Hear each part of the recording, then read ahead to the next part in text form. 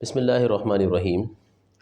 اللہ سبحانہ و تعالیٰ نے آپس کے جوڑ کو بہت اہمیت دی ہے، اور یہ مسلمانوں کی آپس کی ایک بہت بڑی طاقت ہے کہ مسلمان آپس میں مل کے رہیں، کیونکہ ہمیشہ سے باطل کی کوشش رہی ہے کہ مسلمانوں کو آپس میں لڑایا جائے، ان میں اختلاف ڈالا جائے۔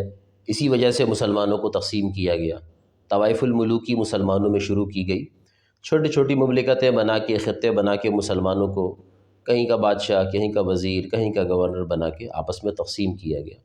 مسلکی بنیادوں پہ الگ تقسیم ہے، سیاسی بنیادوں پہ الگ تقسیم ہے، اور قومی بنیادوں پہ الگ تقسیم ہے۔ اسی اعتبار سے ایک قصہ ذہن میں آیا کہ اگر آپس میں اتفاق نہ ہو تو کیسے نقصان ہوتا ہے۔ ایک جنگل کے اندر 3 گائیں رہا کرتی تھیں، اور ایک بوڑھا شیر تھا جو اس وقت شکار کرنے کے قابل نہیں رہا تھا۔ اب وہ سوچتا تھا کہ میں کیسے کھاؤں، کیسے شکار کروں، کیونکہ وہ نقاہت اس میں تھی، کمزوری تھی۔ تو اس نے ایک پلان یہ کیا کہ میں گایوں پہ حملہ کرتا ہوں، لیکن میں کیسے حملہ کروں، کیونکہ ان تینوں میں آپس میں اتفاق ہے۔ جب بھی وہ حملہ کرتا، تینوں گائیں آپس سے مل کے اس شیر کو بھگا دیتی، اس کو مار کے۔ تو شیر کے ذہن کے اندر ایک اسکیم آئی، اس نے ایک پلان کیا کہ سب سے پہلے میں ان کے اندر بے اتفاقی ڈالتا ہوں۔ اور وہ کیسے کہ وہ سب سے پہلے سفید گائے کے پاس گیا اور اس سے کہا کہ تم 3 گائیں ہو، اور پورے جنگل کے اوپر تمہاری بادشاہت ہے، اور تو اتنی خوبصورت ہے، اتنی حسین ہے، اور تیرے ساتھ جو دوسری لال والی گائیں ہیں وہ بھی بہت خوبصورت ہے، اور یہ تیسری کالی گائیں جو ہے وہ بدصورت ہے۔ اس وقت جنگل تم تینوں کے اندر منقسم ہے۔ اگر ایسا کچھ ہو جائے کہ جنگل کی مالکن تم دونوں ہی رہ جاؤ، تم سفید والی اور لال والی، اور اس کالی والی کو راستے سے ہٹا دیا جائے، تو تمہارا کیا خیال ہے؟ سفید گائے نے کہا کہ یہ تو بہت اچھی بات ہے، آدھا جنگل میرا اور آدھا لال والی گائے کا، لیکن اس کام کو کرے گا کون، یہ خدمت کون انجام دے گا؟ شیر نے کہا کہ اس کے لیے میں حاضر ہوں، اور یہ آپ کی خدمت میں انجام دوں گا، اور وہ ایسے کہ جب کل صبح میں حملہ کروں کالی والی پہ تو تم نے بیچ میں نہیں آنا، اور نہ لال والی نے بیچ میں آنا ہے۔ اس نے کہا ٹھیک ہے۔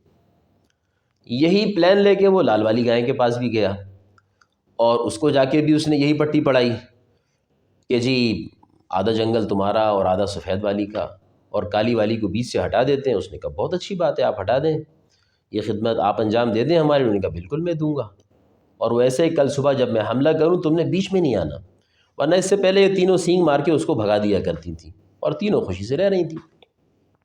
اگلے دن جب شیر آیا اور اس نے کالی والی گائے پہ حملہ کیا، تو اس نے مدد کے لیے سفید اور لال گائے کو بلایا۔ وہ اپنا چارہ چرتی رہیں، گھاس چرتی رہیں، دیکھتی رہیں، حتیٰ کہ شیر نے اس کالی والی گائے کا صفایا کر دیا۔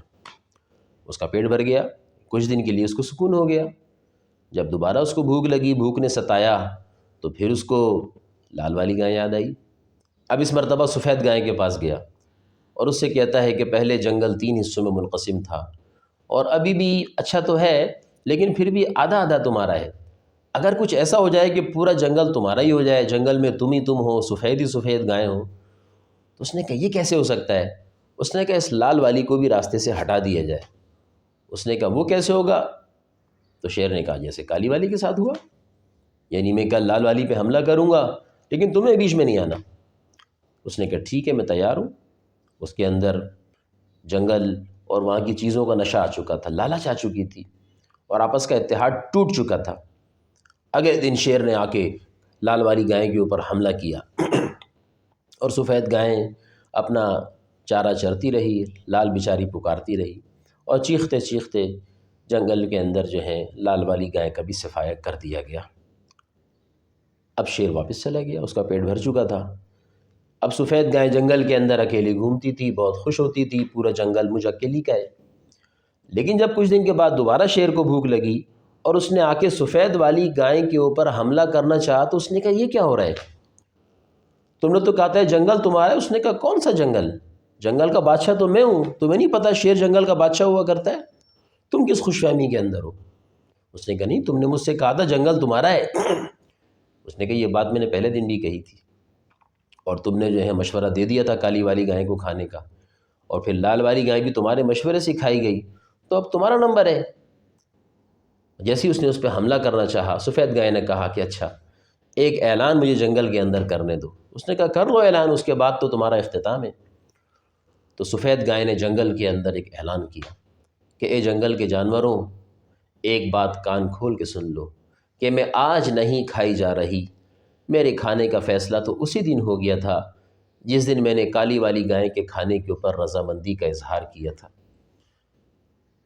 تو آپس کے اتحاد کی یہ برکت ہے کہ بڑی سے بڑی طاقت نقصان نہیں پہنچا سکتی، لیکن جب آپس میں توڑ ہو جائے تو اجتماعیت کا شیرازہ بکھر جاتا ہے، اور آج یہی پوری دنیا کے اندر مسلمانوں کے ساتھ ہو رہا ہے۔ آج باطل نے اور کفر نے مسلمانوں کو تقسیم کیا، تقسیم در تقسیم در تقسیم، اور آج یہ مسلمان جدا جدا ہیں۔